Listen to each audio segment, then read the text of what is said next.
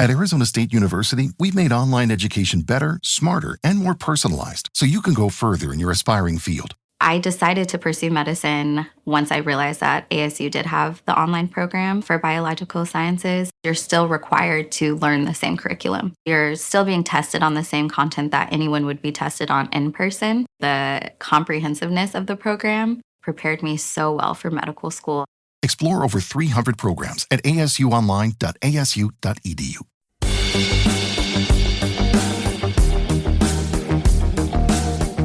Estás escuchando Mil y un viajes por el mundo con Maribel Ruiz.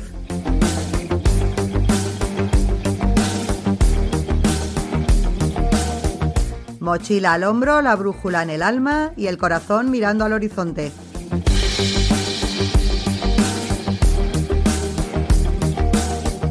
Aquí hablamos de recuerdos imborrables, de caminos que transforman y de viajes que dejan huella. ¿Nos vamos?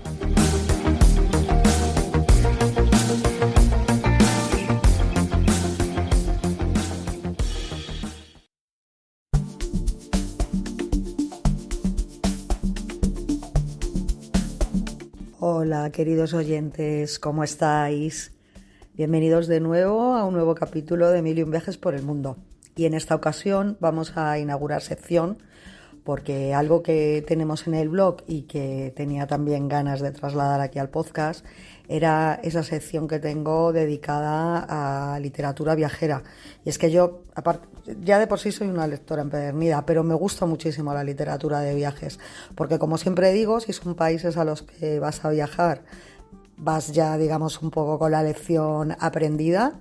Y si son países a los que, por lo que sea, no vas a viajar nunca, eso no te quita de que puedas aprender muchísimo sobre su historia, sobre su cultura o sobre su sociedad.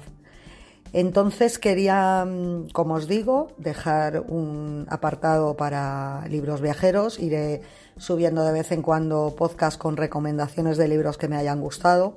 Intentaré, por supuesto, que no solamente aporten valor, digamos, didáctico, sino también, pues bueno, que sean amenos, agradables de leer y bastante entretenidos, ¿no? ¿Con qué vamos a inaugurar la sección? Con un libro que me encantó, que se llama... Además me hizo bastante gracia el título porque me recordaba aquella película de Los dioses deben estar locos.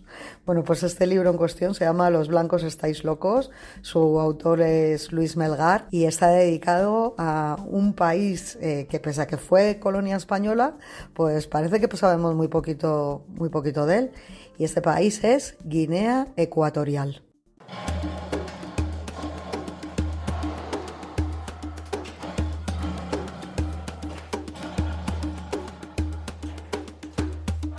Guinea Ecuatorial fue, antes del Sáhara, la penúltima colonia que se independizó de España. De aquello solo hace 53, 54 años, y son muchos los españoles, sobre todo los de las nuevas generaciones, que ignoran que en lo más profundo de África existe un país en el que el idioma más hablado es el castellano y nombres como Teodoro o Agapito son de lo más habitual.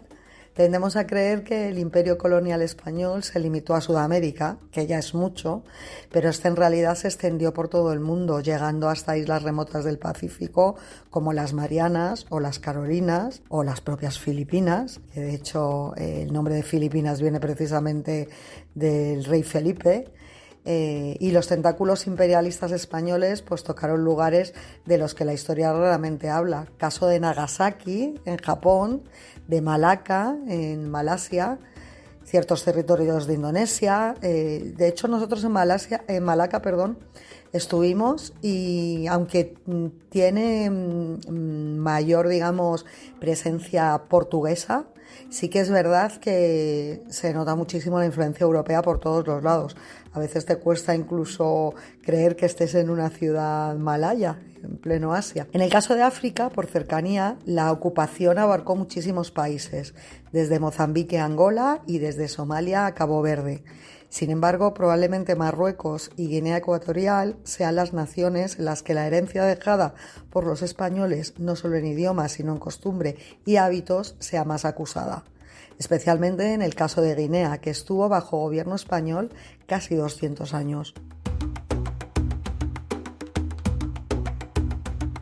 Si Guinea Ecuatorial, que nada tiene que ver con Guinea Conakry o con Guinea-Bissau, que de hecho son tres países totalmente diferentes, volvió a tener protagonismo en la actualidad española en los últimos tiempos, se lo debe especialmente a un libro y a la posterior película basada en este libro, que es Palmeras en la nieve, el bestseller de Luz Gabás. Además, un libro precioso, a mí me encantó. Bueno, pues bien, esta novela nos llevó a la isla de Fernando Po, que es como entonces se conocía Guinea. Quizá lo de Fernando Po os suene un poquito más. Y la novela se desarrollaba precisamente allí en Guinea, 20 años antes de la independencia, entre exóticas plantaciones de cacao.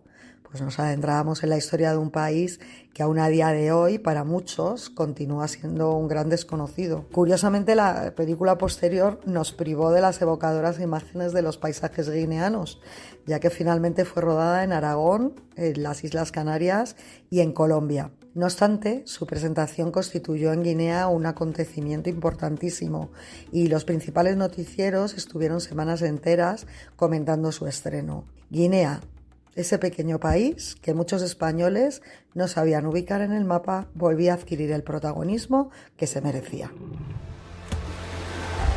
2 de febrero de 1954. Ya falta muy poco para llegar a Guinea. Me muero de ganas de llegar a mi tierra natal y descubrir la Guinea indígena, la auténtica. Si es que queda algo de ella.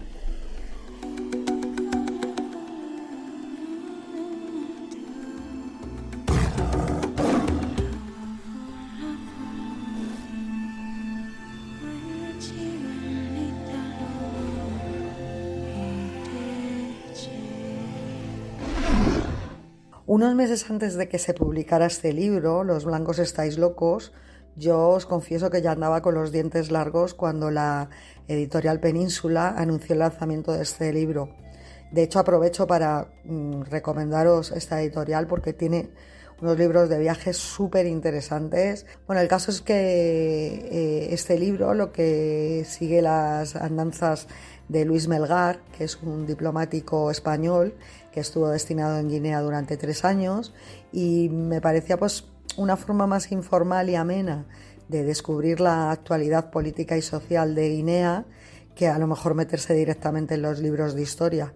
Y siempre será más fiable y ajustado a la realidad el relato de alguien que es totalmente objetivo, precisamente a lo mejor porque es extranjero, que las pocas referencias de prensa que puedan llegar de la prensa guineana. El caso es que, como os digo, el libro es tremendamente divertido, está lleno de anécdotas y os aseguro que os lo vais a leer en un pispás, que fue lo que me ocurrió a mí. Yo creo que me duró un par de días. Centrándonos ya un poquito en lo que es la vida de Guinea Ecuatorial, la censura es el pan nuestro de cada día. En realidad solo hay 2 cadenas de radio, que una es estatal y otra privada, que irónicamente pertenece al hijo del presidente guineano, ¿cómo no? Este presidente, que por cierto es Teodoro, pues ya lo que decíamos antes de lo de los nombres españoles, Teodoro Obiang Nguema Basogo, que es un líder que lleva allí pues décadas en el poder, desde el año 79, para ser más exactos. Es uno de los líderes más longevos del mundo y llegó al poder precisamente tras derrocar a su tío, Francisco Macías Nguema, en otro golpe de Estado.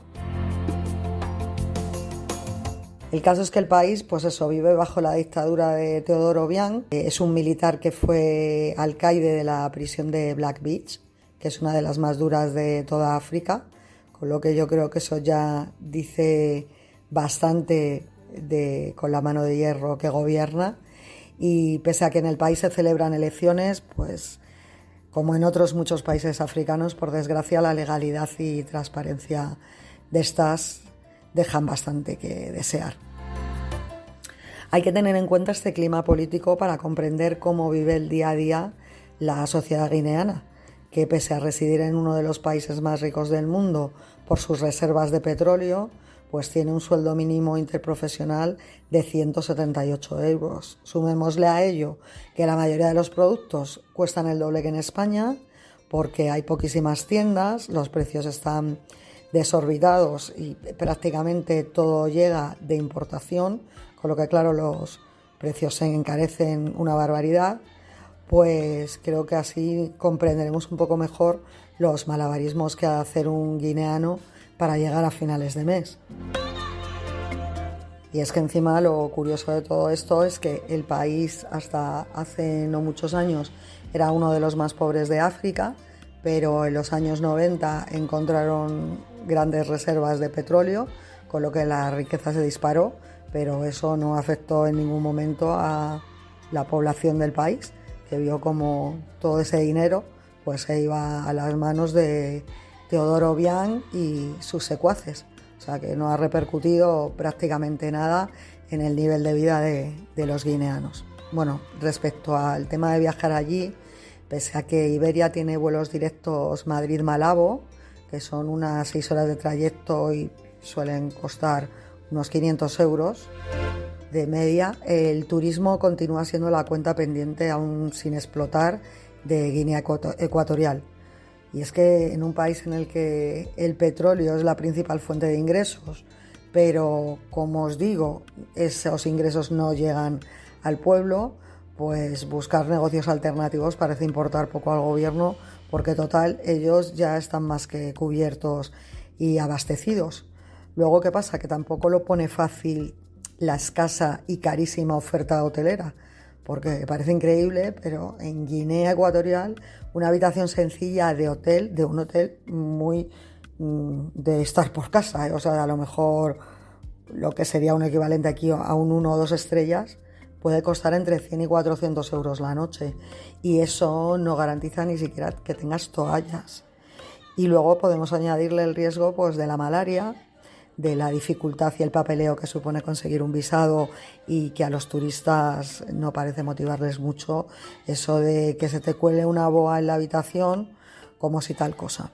En resumen, que es una lástima porque, como Luis Melgar nos narra en la novela, Guinea cuenta con rincones bellísimos como el Pico Basilé, que es la montaña más alta del país, las cataratas de Eureka, a las que es una odisea acceder, o la plantación de cacao de Sampaca, que es donde trabajaban los hermanos Jacobo y Kilian, que eran los protagonistas de la novela que hablábamos antes, Palmeras en la nieve. Pues bien, esta plantación, Sampaca, pertenece en la actualidad a Luis Acevedo, que utiliza las mismas instalaciones y máquinas que se usaban hace más de un siglo. Es un trabajo totalmente artesanal y es uno de los pocos reductos de la industria del cacao en Guinea, que quedó seriamente mermada cuando llegó al poder el dictador Macías, que os comentábamos antes, el predecesor de Obiang, y que aunque cueste creerlo, era aún más cruel que este. De hecho, su sanguinario régimen obligó a huir despavorida a una quinta parte de la población. El gobierno decidió centrarse en el sector petrolífero, como he comentado antes, que es mucho más productivo económicamente hablando, por lo que pasaron del cacao, y además pues argumentaban como que el cacao parecía recordar demasiado el pasado colonial de Guinea.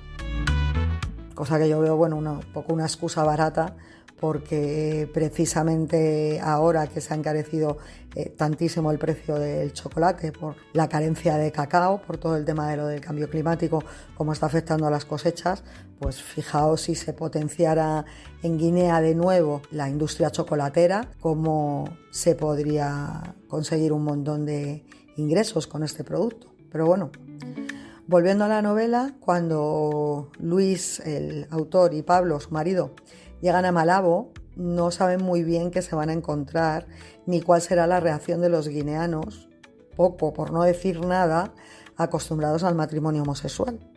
Es cierto que, al contrario que en otros países africanos, que son mucho más retrógrados, en Guinea las relaciones entre personas del mismo sexo no están consideradas delito. A ver, parece mentira, una afirmación de este calibre, pero es que así andamos en pleno siglo XXI, dándose gays y lesbianas con un canto en los dientes por no ser encarcelados. Pero bueno, de ahí a que la sociedad local las tenga normalizadas estas relaciones, digamos que hay un abismo. Aún así, pese a la sorpresa inicial, Luis y Pablo son aceptados desde el primer momento, tanto entre la élite del país como entre las clases más bajas, lo que anima a Luis Melgar a organizar, aprovechando su condición de diplomático, la primera semana de la expresión cultural LGBTI, lesbianas, sabéis lo que esto significa, lesbianas, gays, bisexuales y transexuales, aunque deban enfrentarse a exclamaciones airadas como estos gays han venido a Guinea a robarnos nuestros hombres. Así se expresaban algunas de las guineanas que supieron de este evento.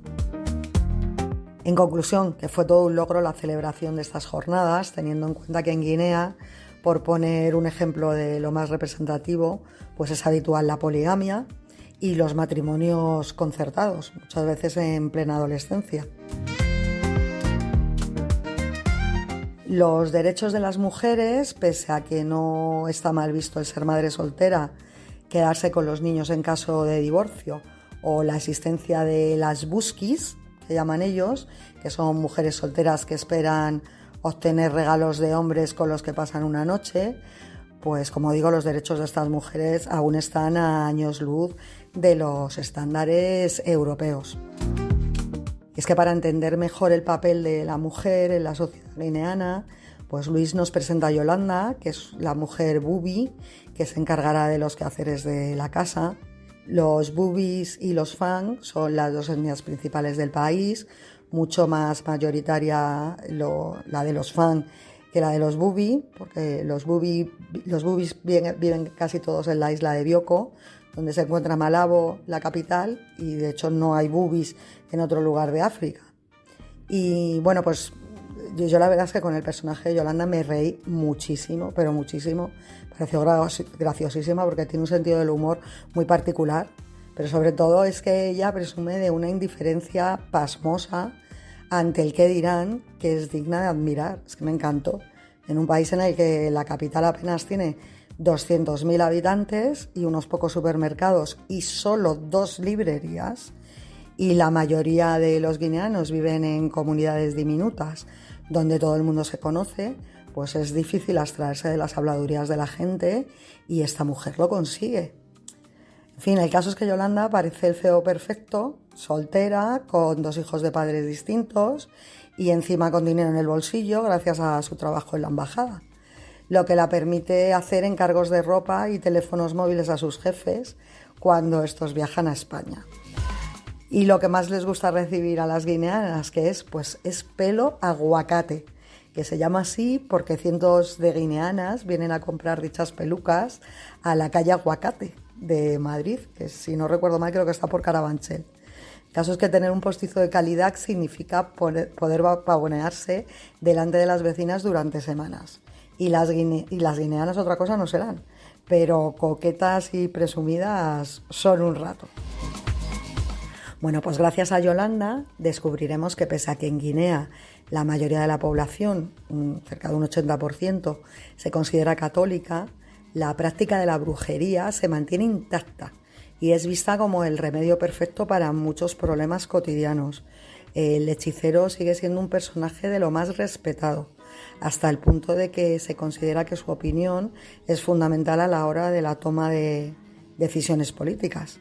Pues hasta el punto de que tanto Bian como los más altos cargos de su partido, que son de la etnia Fang, que están muy ligada a la magia y a los santeros, se aprovechan precisamente de esta magia para tener aterrorizados a los pobres guineanos. Y de hecho en el libro se relata la anécdota de un hombre al que se encarceló sin miramientos por robar una calavera del poblado del presidente, de Obiang. Y es que está claro que África sigue siendo tierra de ritos y de conjuros, y en Guinea Ecuatorial estas tradiciones están más vivas que nunca. La figura del marabú, el brujo, tiene una autoridad máxima. Como comento, tanto mujeres como hombres confían en el marabú, no solo para que elabore pócimas milagrosas, sino también para ponerse en sus manos cuando existe una dolencia física. Que un matasano sin cualificación ni título universitario ninguno te opere en cualquier cuartucho de mala muerte, pues es un hecho muy común en Guinea. Incluso hasta no hace mucho tiempo, aunque sea un poco difícil de creer, era algo habitual el canibalismo ritual en el que familiares y amigos comían alguna parte del cuerpo de un fallecido porque a los órganos se les atribuían virtudes sobrenaturales. Entonces, compaginar estas creencias con un intento de modernización del país casi se convierte obviamente en la mayor de las quimeras. Las tradiciones, no obstante, no se limitan solamente a los embrujamientos, sino a las propias tradiciones locales. Por poner un ejemplo, pues Yolanda, pese a que no está casada, se ve obligada a llevar a cabo los rituales funerarios cuando fallece el padre de su hijo menor. Entonces prepara junto a la familia el velatorio, que se lleva a cabo en casa con una duración de entre 2 y 4 días, como se hacía antiguamente en España. Y finalizado este proceso, la viuda no puede volver a comer jamás en la casa del marido desaparecido. Después se la traslada a una cabaña donde se la echa humo, se la baña con la sangre de una gallina y se le rapa el pelo a trasquilones con la intención de que el espíritu del muerto no quiera acercarse a ella, pues para provocarle el rechazo. Y durante una semana entera Yolanda tuvo que guardar luto, estar encerrada y por supuesto ni poder bañarse ni cambiarse de ropa. El caso es que, claro, no se especifica si en caso contrario, que la fallecida sea una mujer, pues se obliga al hombre a sufrir semejante martirio. Pero yo me temo que no. Luego, otra cosa que me ha encantado de la novela es que, además de realizarse la narración en un tono muy ameno y a veces hasta irónico, porque muchas situaciones la verdad es que son surrealistas, lo de que los policías locales vayan con unas cogorzas de campeonato, generalmente a base de cerveza San Miguel, es algo muy común. Pues el relato va irremediablemente asociado al título de Los blancos estáis locos, porque hay que ponerse en el pellejo de un guineano. ¿Qué es eso de ir a un médico cuando te puede curar el catarro un brujo? ¿O para qué vas a comer verduras si tienes a tu disposición serpiente, rata de bosque o incluso mono, que los guineanos consideran un manjar? Y si alguien desnudo intenta robarte el coche, ¿para qué vamos a detenerlo si puedes perdonarlo y dejar que se vaya, aunque sin embargo detengan otras personas por cuestiones insignificantes? Y sigue sin parecerte normal que cuando estés en mi nueva casa vengan a dormir 30 vecinas, aunque no haya camas, y deban dormir en el suelo. Pues definitivamente es que están como cabras estos blanquitos. Hasta aquí la que ha sido la reseña de esta novela maravillosa, muy entretenida, muy divertida, muy didáctica. Vas a aprender muchísimas cosas de la sociedad guineana, se te van a quedar los ojos como platos en más de un pasaje y espero que la disfrutes mucho. Si es así, me lo cuentas. Nos escuchamos en breve. Un besito a todos. O'Reilly Auto Parts puede ayudarte a revisar gratis tu luz check engine, luz ABS o luz de mantenimiento con O'Reilly Veriscan.